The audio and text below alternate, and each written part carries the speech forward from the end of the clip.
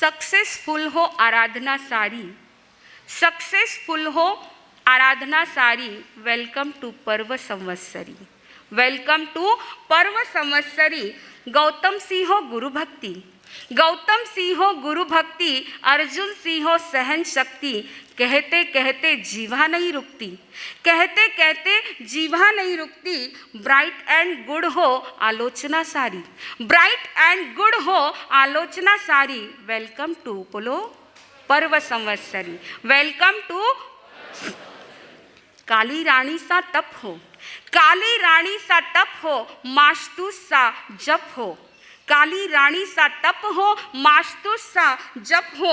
कृष्ण सिंह हो धर्म दलाली, कृष्ण सिंह हो धर्म दलाली। एवंता मुनि सी हो उजियाली, एवरग्रीन हो आराधना सारी। हम सभी की एवरग्रीन हो आराधना सारी। वेलकम टू पर्व संवत्सरी, वेलकम टू पर्व संवत्सरी। आइए, पर्युषण पर्व के 7 दिनों की यह साधना का आज शिखर दिवस है।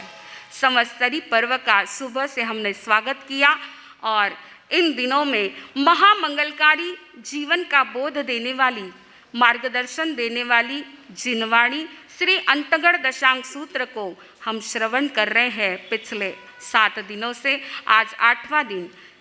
8 दिनों में 8 वर्ग का अध्ययन आपने मूल पाठ के रूप में श्रवण कर लिया है। 7 वर्ग तक के विवेचन को आपने श्रवण कर लिया है। अब 8वां अध्ययन है।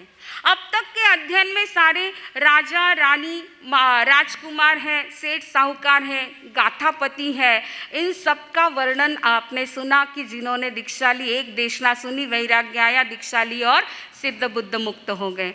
लेकिन 8वां अध्ययन जो है इसमें मात्र नारियों का वर्णन है, सिर्फ नारियों का वर्णन है कि वो भी सामान्य नहीं, राजघराने की रानियां, और किस प्रकार उन्होंने अपने उज्ज्वलतम संयम और तप से अभिभावित करते हुए अपने जीवन को अपने चरम लक्ष्य की ओर पहुंचाया है। उनका सारा वर्णन इस 8वें वर्ग के अंदर है।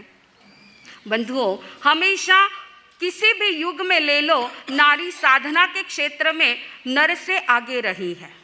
नारी साधना के क्षेत्र में नर से आगे रही है। देखिए, मोक्ष के दरवाजे खोलने वाली भी कौन थी? भगवान ऋषभदेव ने नहीं खोले, मरुदेवी माता ने खोले, है ना। अरे भगवान महावीर के साधु तो थे 14,000, लेकिन साध्वियां थी। और केवली संत कितने थे? केवली संत 14,000 में से कल कल्पसूत्र में सुना आपने 700 केवली संत थे और साध्वियां कितनी थी? केवली 1400। यानी हर क्षेत्र में नारी नर से आगे रही है, फिर भी नारी को नारी ऐसा बोलते हैं। तो नारी नारी क्या करे? नारी नर की खान। नारी नारी क्या करे? नारी नर की खान। नारी से ही पैदा हुए रामकृष्ण भगवान, नारी से ही पैदा हुए रामकृष्ण भगवान। ऐसी नारियों का उज्ज्वलतम जीवन यहाँ पर रहा है। नारी का अर्थ बहुत सुंदर बताए, न अरि इति नारी, न अरि इति नारी, जिसका कोई शत्रु नहीं है उसको कहते हैं नारी। ऐसे नारी, यह रानियों का वर्णन यहाँ पर 8वें वर्ग के अंदर बड़ा सुंदर वर्णन आता है। किसी भी स्त्री को एक राजा की रानी होना यह बहुत गौरव का विषय होता है। स्त्री के लिए वह सर्वोच्च पद होता है और ये 10 ही रानियां सम्राट, मगध सम्राट श्रेणी की रानियां थी। बिल्कुल सहज रूप से स्पष्ट है कि ऐसी रानियां जो थी, इनके जीवन में किसी प्रकार का कोई अभाव नहीं था, कोई दुख नहीं था, कोई कष्ट नहीं था। फिर भी ऐसा क्या कारण हो गया कि उनको वैराग्य आ गया और उन्होंने सब कुछ त्याग करके, दीक्षा लेकर के, संयम और तप से अपनी आत्मा को भावित करते हुए आत्मकल्याण कर लिया। वैराग्य का कारण क्या बना है? अंतगढ़ सूत्र में इसका वर्णन नहीं है, परंतु निर्यावलिका सूत्र के अंदर इस घटना का वर्णन मिलता है कि उन 10 ही रानियों को ऐसा कौन सा निमित्त मिला जिसके कारण उनको वैराग्य आया। तो उसका निमित्त था पुत्रों की मृत्यु के समाचार। पुत्रों की मृत्यु के समाचार उन्होंने सुने और उनको वैराग्य आया। घटना ऐसी घटित होती है, हार और हाथी के लिए गणनायक सम्राट चेटक और कोणिक के बीच में घमासान युद्ध हुआ है। हकीकत ऐसी बनी, सम्राट श्रेणिक ने हल और विहल नाम के उनके 2 पुत्र थे, उनको हार और हाथी भेंट में दिया था। और यह हार और हाथी जो है सामान्य नहीं था, देवता के द्वारा दिया गया था। देवता के द्वारा प्रदत्त विलक्षण गुणों से संपन्न चमत्कारिक ऐसा यह हार और हाथी था। और हल और विहल अपनी पत्नियों के साथ में इस हार और हाथी का बहुत आनंद लेते थे। उस हाथी पर सवार होकर के रोज उनकी नगरी की शोभा देखने के लिए सवारी जाती थी। गले में रानियां वो हार पहन के जा रही है और हाथी पर बैठ कर के जा रही है। सम्राट कोणिक की रानी पद्मावती ने जब ये देखा तो ईर्ष्या से जल चुकी है।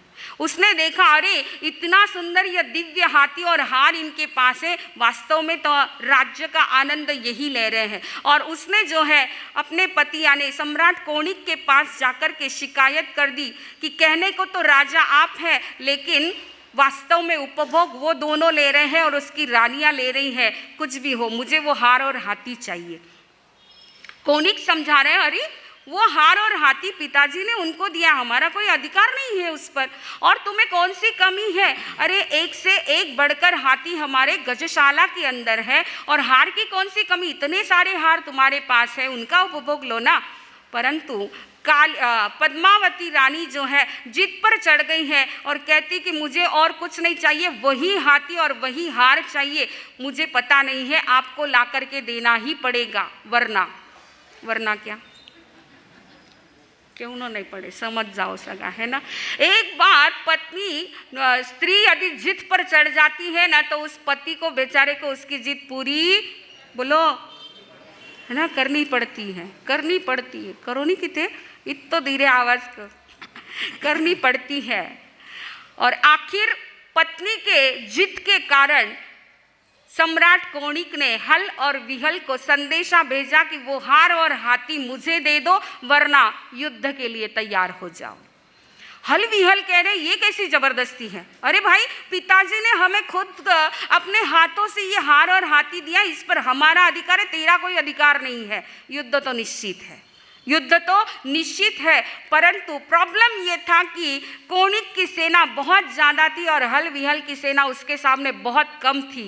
आखिर हल और विहल अपने नाना सम्राट चेटक के पास उनके शरण में पहुंचते हैं और सारी घटना बताते हैं। गणनायक सम्राट चेटक न्यायप्रिय राजा थे। इस बात को वे भी सहन नहीं कर पाए कि ये अन्याय हो रहा है। फिर भी उन्होंने कोणिक को समझाने का पूरा प्रयास किया, परंतु कोणिक नहीं माना है और आखिर जंग छिड़ गई है। युद्ध शुरू हो चुका है। देखिए, वह सम्राट कोणिक जिसको नियम था, भगवान का परम भक्त था, जिसको नियम था कि आज भगवान महावीर कहाँ पर विराजमान है, ये जब तक सूचना नहीं मिलती है तब तक मुंह में अन्न पानी नहीं डालना है। ऐसी परम भक्ति जिसकी भगवान के प्रति थी, ऐसा भगवान का परम भक्त होते हुए भी एक हार और हाथी के लिए और पत्नी की जिद के लिए युद्ध सम्रांगण में पहुंच गया है और घमासान युद्ध हुआ है। करोड़ों की सेना जिसमें काम में आ चुकी है। सारी काली, सुकाली, महाकाली आदि रानियां परमात्मा प्रभु महावीर के सेवा में पहुंचती है, निवेदन करते हुए पूछती है, अहो भगवान, हमारे सारे पुत्र युद्ध में गए हैं, क्या हम अपने पुत्रों को वापस देख पाएंगी? तब प्रभु ने तुरंत जवाब दे दिया, नहीं, वो सब काम में आ चुके हैं। यह सुनते ही देखिए, किसी भी माता को सबसे दुखद समाचार यदि कोई होते तो अपने पुत्र की मृत्यु के समाचार होते हैं। रानियां वहां पर आर्त ध्यान करने लगी है। प्रभु ने ऐसा कड़वा सच क्यों कहा? प्रभु ने डायरेक्ट ऐसा कैसे कह दिया कि वो मर चुके हैं? क्योंकि प्रभु जानते थे इस घटना को, इस शब्द को सुनकर के ही रानियां प्रतिबोधित होगी, इसलिए प्रभु ने कड़वा सच बोला है। रानी आर्त ध्यान करने लगी है।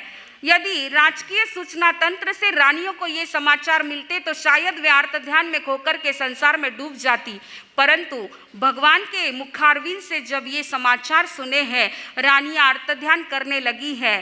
परंतु महावैद्य सामने उपस्थित होते हुए रोग का इलाज न हो, ऐसा संभव ही नहीं है। भगवान ने उनको आर्त ध्यान में से बाहर निकाला है और धर्म ध्यान की दिशा दी है, और सभी की सभी दसों की दसों रानियां वहां पर वैराग्य को प्रेरित होकर के, वैराग्य की ज्योति जागृत होकर के सभी जो है कोणिक से आज्ञा लेकर के दीक्षा लेती है, और दीक्षा लेकर के 11 अंगों का अध्ययन किया है और अनेक तरह तरह की तपस्या की है। ऐसी विशिष्ट तपस्या की है जैसे पूर्व जीवन में उन्होंने बहुत सारे आभूषणों से अपने तन को सजाया था, तो दीक्षा लेकर के बहुत सारी तपस्या से उन्होंने अपनी आत्मा को सजाया है, अपनी आत्मा को सजाया है। रत्नावली, कनकावली, मुक्तावली, ऐसी बहुत सारी तपस्या कि ये पढ़ते पढ़ते हमको पसीना छूट जाता है, कैसी की होगी इतनी सारी तपस्या। और वो भी सामान्य नहीं, वो राज रानी थी, इतनी सुकोमल सुंदर सुकुमार शरीर जिनका था, और तपस्या की है तो ऐसी कठोर साधना उन्होंने की है। ऐसी कठोर साधना करके अंत में समस्त कर्मों को नष्ट करके सिद्ध बुद्ध और मुक्त होती है। तो इस प्रकार इस घटना को सुनने के पश्चात आइए आगे आर्य जम्बू स्वामी, आर्य सुधर्मा स्वामी से पूछते हैं, अहो भगवान, अंतगण दशांग सूत्र के 8वें वर्ग के भगवान ने कितने अध्ययन और क्या भाव फरमाई है, आप फरमाने की कृपा कीजिए। तब आर्य सुधर्मा स्वामी फरमाते हैं, हे जम्बू, 8वें वर्ग के 10 अध्ययन प्रभु ने फरमाया है। काली, सुकाली, महाकाली, कृष्णा, सुकृष्णा, महाकृष्णा, वीर कृष्णा, राम कृष्णा, पितृसेन कृष्णा और महासेन कृष्णा, इस प्रकार ये 10 रानियां थी। इसमें से उस काल उस समय में चंपा नाम की नगरी, पूर्णभद्र नाम का उद्यान था। कोणिक राजा राज करता था। श्रेणिक राजा की रानी एवं कोणिक राजा की लघु माता काली देवी थी। काली देवी ने भगवान महावीर की वो घटना सुनी और वहाँ से वैराग्य से प्रेरित होकर के आज्ञा लेकर के उन्होंने दीक्षा ली है। दीक्षा लेकर सामयिक आदि 11 अंगों का अध्ययन किया, फिर उपवास, बेला, तेला आदि बहुत सी तपस्या करते हुए विचरने लगी। एक दिन काली आर्य चंदनमाला के चरणों में आकर के हाथ जोड़ वंदन करते हुए, परिउपासना करते हुए विनय पूर्वक इस प्रकार अपनी भाव व्यक्त करते हुए कहती है, हे पूज्या, आपकी आज्ञा हो तो मैं रत्नावली तप करना चाहती हूँ। तब आर्य चंदनमाला ने क्या उत्तर दिया, हे देवानुप्रिय, आहा स्वयं देवानुप्रिया माँ परिबंध करे है। देवानुप्रिय, जैसा तुम्हें सुख हो वैसा तुम करो, लेकिन शुभ कार्य में विलंब मत करो। अजून चौमासारा 2 महिना बाकी है, अजून पण किरा मन में असल की मैं आभार नहीं कर सकी, पचे 28 करूला, पचे 15 उपवास करूला, पचे कोई तप करूला, तो आटनून कई उत्तर मिळीला? बोलो, कई उत्तर देवला? इतना तो सीखत जाओ, आहा स्वयं देवानुप्रिया। और इधर भी यही उत्तर आपको एक दूसरे को देना है, आहा स्वयं देवानुप्रिया। आज्ञा प्राप्त करके उन्होंने रत्नावली तप किया है। इस रत्नावली तप में क्या विधि होती है, तो पहले उपवास किया, फिर पारणा किया। पारणे में विगोयों का सेवन वर्जित, यानी जैसा हम लोग पारणा करते हैं 5 विगोय युक्त, ऐसा वो पारणा किया है। फिर बेला किया, फिर पारणा किया, फिर तेला किया, फिर 8 बेले किए, फिर उपवास किया, फिर बेला किया, फिर तेला किया। इस प्रकार अंतर रहित 14 यानी 4 उपवास करके पारणा, 5 उपवास करके पारणा, 6 उपवास करके पारणा, इस प्रकार चढ़ते चढ़ते 16 तक चढ़ना है। यानी देखिए 15 उपवास किए, पारणा किया, दूसरे दिन फिर उपवास, 16 उपवास आगे चलते, इस प्रकार 16 उपवास तक चढ़ना है। फिर बीच में 34 बेले किए हैं, बीच में 34 बेले किए हैं, फिर पारणा करके वापिस 16 दिन की तपस्या, फिर पारणा करके फिर 15, अब उतरता क्रम है। जैसे 1 से लेकर 16 तक चढ़ना है, बीच में 34 बेले आते हैं और फिर वापिस 16 से लेकर 1 तक उतरता क्रम है। इस प्रकार यह पहली परिपाटी होती है रत्नावली तप की। रत्नों के हार की पहली परिपाटी होती है, जिसमें यह परिपाटी करने में उनको 1 वर्ष 3 महीने और 22 दिन लगते हैं। इस परिपाटी में 384 तपस्या के दिन होते हैं और 88 दिन पारने के होते हैं।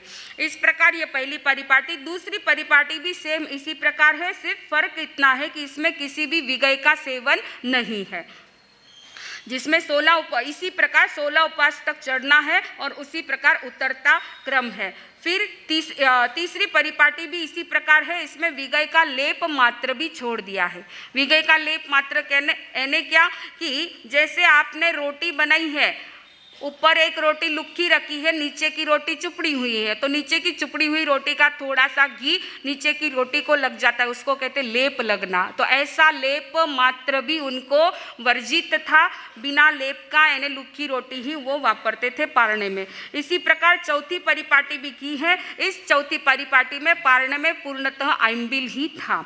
इस प्रकार ये चारों परिपाटी उन्होंने पूर्ण की है। चारों परिपाटी में 5 वर्ष 2 मास 28 दिन लगे हैं। इस प्रकार बहुत सी तपस्या करके वो फिर जो है आर्य चंदनमाला के पास उपस्थित होकर के इस प्रकार कहती है कि हे आर्यिका, तपस्या करके अब शरीर जो है प्रायः सूख चुका है, मांस और रक्त से रहित हो चुका है, यानी वो चलती है, वंदन करती है तो भी हड्डियों की कड़कड़ आवाज आती है।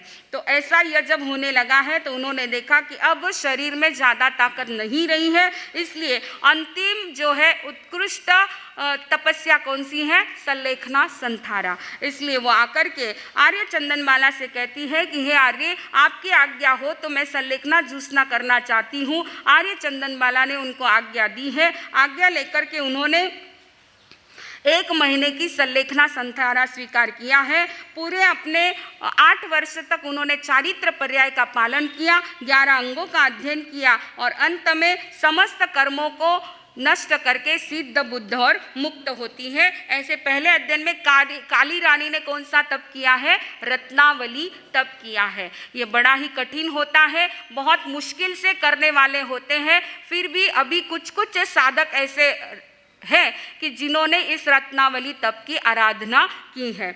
दूसरे नंबर पे दूसरा अध्ययन है सुकाली रानी का। उन्होंने भी सेम इसी प्रकार दीक्षा ली। दीक्षा लेकर के कनकावली तप किया है। पहली रानी ने रत्नों का हार पहना, दूसरी रानी ने सोने का हार पहना है। कनकावली तप भी सेम रत्नावली तप के समान होता है, सिर्फ फर्क इतना है कि जहाँ पर 34 बेले किए जाते हैं, कनकावली तप में 34 तेले किए जाते हैं। इस प्रकार कनकावली तप की एक परिपाटी में 1 वर्ष 5 महीने 12 दिन लगते हैं, 88 दिन पालने के होते हैं और चारों परिपाटी पूरा करने में 5 वर्ष 9 महीने 18 दिन लगते हैं। इस प्रकार बाकी का सारा वर्णन सेम है। तीसरा अध्ययन है महाकाली रानी का, जिन्होंने लघु सिंह निष्क्रीडित तप किया है। इसका वर्णन ऐसे है, लघु सिंह निष्क्रीडित यानी शेर का बच्चा। शेर का बच्चा कैसे चलता है? 2 कदम आगे चलता है, 1 आध कदम फिर पीछे चलता है, फिर मुड़ के देखता है, फिर आगे और 2-4 कदम आगे चलता है, फिर पीछे देखता है, फिर मुड़ के देखता है। इसी प्रकार उन्होंने तपस्या की है, जिसमें सर्वप्रथम उपवास किया, पालना किया और फिर बेला किया, फिर पालना करके उपवास किया, फिर तेला किया। इस प्रकार बेला, चोला, तेला, पचोला, चोला 6, 5, 7, 6, 8, 7, 9, 8 किए। बोलो ने किस नहीं लागे तो बोलो ने करन वाला ने मालूम पड़े किसा करे जी को। तो इस प्रकार 9, 7, 8, 6, 7, 5, 6, 4, 5, 3, 4, 2, 3 उपवास 2 और उपवास किया। इस प्रकार लघु सिंह निष्क्रीडित तप की एक परिपाटी उन्होंने पूर्ण की है। एक परिपाटी में 6 महीने 7 दिन लगे हैं और पालने के 33 दिन होते हैं, तपस्या के 5 मास और 3 दिन होते हैं। इस प्रकार महाकाली आर्या ने 4 परिपाटी पूर्ण की है, जिसमें 2 वर्ष और 28 दिन लगते हैं। अभी भी देखिए लास्ट ईयर शायद हमारे पूज्य श्री नम्र मुनि जी महाराज साहब उनके शिष्य हैं, उन्होंने यह लघु सिंह निष्क्रीडित तप संपन्न किया था। तो इस प्रकार यह महाकाली आर्या ने लघु सिंह निष्क्रीडित तप करके अन्य और भी प्रकार की तपस्या करके अंत में सल्लेखना संथारा करके सिद्ध बुद्ध और मुक्त हुई है। चौथा अध्ययन है कृष्णा देवी आर्या का, जिन्होंने महासिंह निष्क्रीडित तप किया है। यह जो है अभी शेर का बच्चा नहीं, शेर कैसे चलता है उस प्रकार यह तपस्या उनकी है कि एक उपवास से लेकर 9 उपवास तक चढ़ना है और फिर उसी क्रम से नीचे उतरना है। किंतु महासिंह निष्क्रीडित ये लघु सिंह में था 9 तक चढ़ना, महासिंह निष्क्रीडित में है 16 तक चढ़ना और फिर उसी क्रम से उतरना है। इस प्रकार इसमें जो है एक परिपाटी में 1 वर्ष 6 महीने 18 दिन लगते हैं, 4 परिपाटी में 6 वर्ष 2 महीने और 12 दिन लगते हैं। इस प्रकार कृष्ण आर्य ने महाशय निष्क्रिय तप की आराधना करके अंत में सलेखना संधारा करके सिद्ध बुद्ध और मुक्त होती है। 5वां अध्ययन है सुकृष्ण आर्य का। इन्होंने दीक्षा लेकर सप्तमी का भिक्षु प्रतिमा तप की आराधना की है। इसकी विधि इस प्रकार है। पहले सप्ताह में गृहस्थ के घर से प्रतिदिन 1 दत्ती आहार और 1 दत्ती पानी का ग्रहण करना है। 1 दत्ती आहार और 1 दत्ती पानी यानी क्या, जैसे पानी बहरा रहे हैं, पानी बहराते बहराते धार टूट गई तो बस आगे नहीं लेना है, जब तक धार चलती है तब तक लेना है। धार जैसे ही टूट गई वहाँ से आगे उनको लेना नहीं है। इसको कहते 1 दत्ती पानी और 1 दत्ती आहार भी एक बार में जितना बहराया उतना ही, इसके आगे उनको लेना नहीं है। इस प्रकार पहले सप्ताह 1 दत्ती आहार 1 दत्ती पानी, दूसरे सप्ताह में 2 दत्ती आहार 2 दत्ती पानी, तीसरे सप्ताह में 3 दत्ती आहार 3 दत्ती पानी। इस प्रकार यह 7 सप्ताह तक ये आराधना उनकी चलती रही है। इसमें जो है 49 दिन लगते हैं, 196 भिक्षा की दत्तियाँ होती हैं। इसके बाद उन्होंने 8 दत्ती पानी 8 दत्ती आहार, ये 8 सप्ताह तक, फिर 9 में इसमें जो है 9 दत्ती आहार 9 दत्ती पानी 9 सप्ताह तक, फिर 10वें इसमें जो है 10 दत्ती आहार 10 दत्ती पानी 10 सप्ताह तक। इस प्रकार इन्होंने जो है ये सारी प्रतिमा की आराधना करने के पश्चात अर्ध मास्कमण मास्कमण आदि विविध प्रकार की और भी कई सारी तपस्या करते हुए अंत में सल्लेखना संतारा करके सिद्ध बुद्ध और मुक्त होती है। इसके बाद आता है वर्णन महाकृष्णा रानी का, जिन्होंने लघु सर्वतोभद्र तप किया है। यह लघु सर्वतोभद्र तप की विधि इस प्रकार है। सर्वप्रथम उपवास किया, पालना किया, फिर बेला किया, फिर पालना करके तेला किया, फिर चोला पचोला, फिर तेला, फिर चोला, फिर पचोला, फिर उपवास, फिर बेला, फिर वापिस पचोला उपवास बेला तेला चोला, फिर बेला तेला चोला पचोला उपवास, फिर चोला पचोला उपवास बेला तेला। इस प्रकार महाकृष्ण आर्य ने लघु सर्वतोभद्र तप की पहली परिपाटी पूर्ण की है। इस पहली परिपाटी में पूरे 100 दिन लगते हैं, जिसमें 25 दिन पालने के होते हैं, 75 दिन तपस्या के होते हैं। इसके बाद दूसरी परिपाटी भी इसी प्रकार की है, जिसमें विगय का त्याग किया है। तीसरी परिपाटी में विगय का लेप का त्याग किया है और चौथी परिपाटी में आइनबिल किया है। इस प्रकार लघु सर्वतोभद्र की चारों परिपाटी 1 वर्ष 1 मास और 10 दिन में पूर्ण होती है। इस प्रकार इस तप की आराधना करके अंत में सल्लेखना संतारा करके सिद्ध बुद्ध और मुक्त होती है। देखिए यह लघु सर्वतोभद्र तप जो हम मात्र अंतगढ़ में सुनते हैं, लेकिन लास्ट ईयर हमारे ही ग्रुप के हैं पूज्य श्री विनीत दर्शना जी महाराज साहब, जिन्होंने लघु सर्वतोभद्र तप की आराधना पूरी चारों परिपाटियां पूर्ण की और अब उनको महा सर्वतोभद्र तप चल रहा है। तो आगे वीर कृष्णा रानी, उन्होंने महासर्वतोभद्र तप की आराधना की है। उसमें भी इस प्रकार सबसे पहले उपवास, फिर बेला, फिर इस क्रम से चढ़ते चढ़ते 7 तक चलना है। ये पहली लता, जैसे 7 लड़ियों का हार होता है ना, अभी आप तपस्या वाले पहनते हैं अथवा तो शादी में पहनते हैं, 7 लड़ी का हार 9 लड़ी का हार ऐसे पहनते हैं। तो इसमें इन्होंने भी इसी प्रकार ये हार पहना है। पहली लड़ी में 7 तक चढ़ना है। दूसरी लड़ी जो है, फिर चोला किया पचोला किया, 6 उपवास किए, 7 उपवास बेला तेला, इस प्रकार ये दूसरी लता। फिर तीसरी लता में 7 उपवास, फिर बेला उपवास बेला तेला चोला पचोला 6 किए, तीसरी लता। चौथी लता में फिर तेला चोला पचोला 6-7 उपवास किए, फिर बेला किया, ये चौथी लता।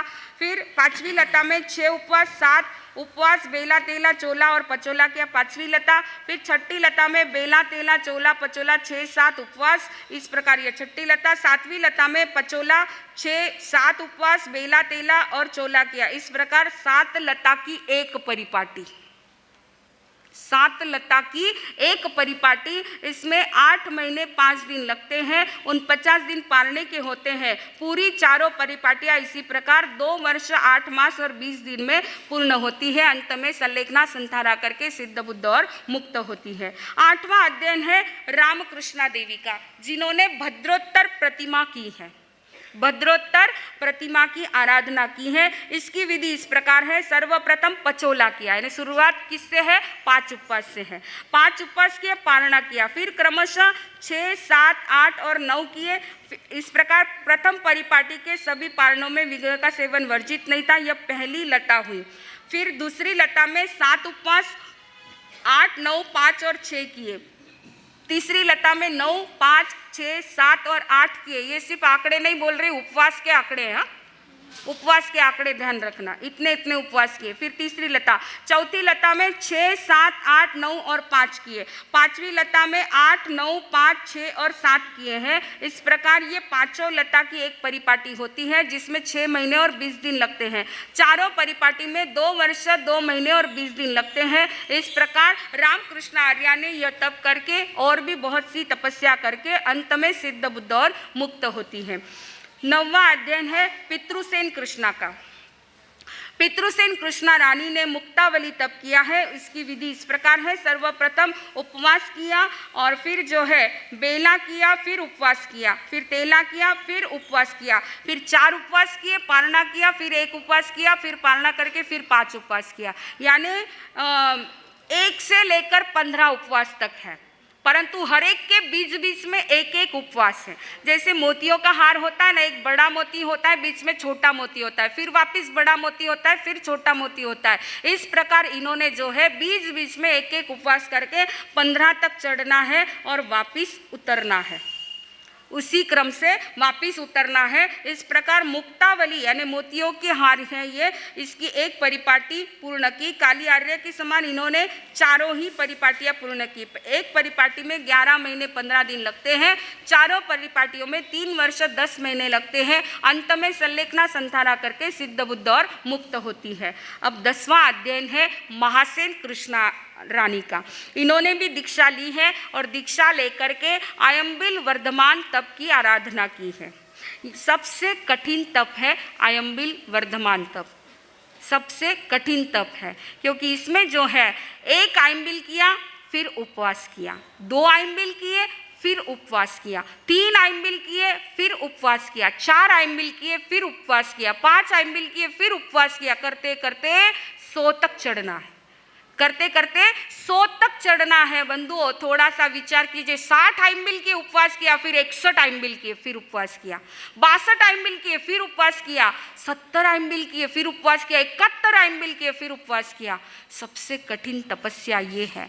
और आज भी इस धरती पर हमारी ये बहुरत्ना वसुंधरा है। इस धरती पर कई साधु साध्वी और कई साधक, कई श्रावक श्राविकाएं भी आयम्बिल वर्धमान तप की आराधना करते हैं।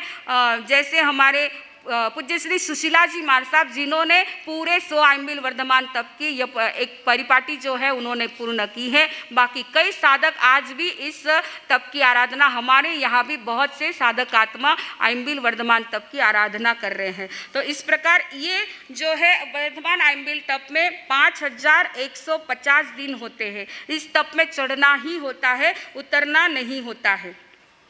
इस पूरे तप को करने में 14 वर्ष 3 महीने और 20 दिन लगते हैं। कितने?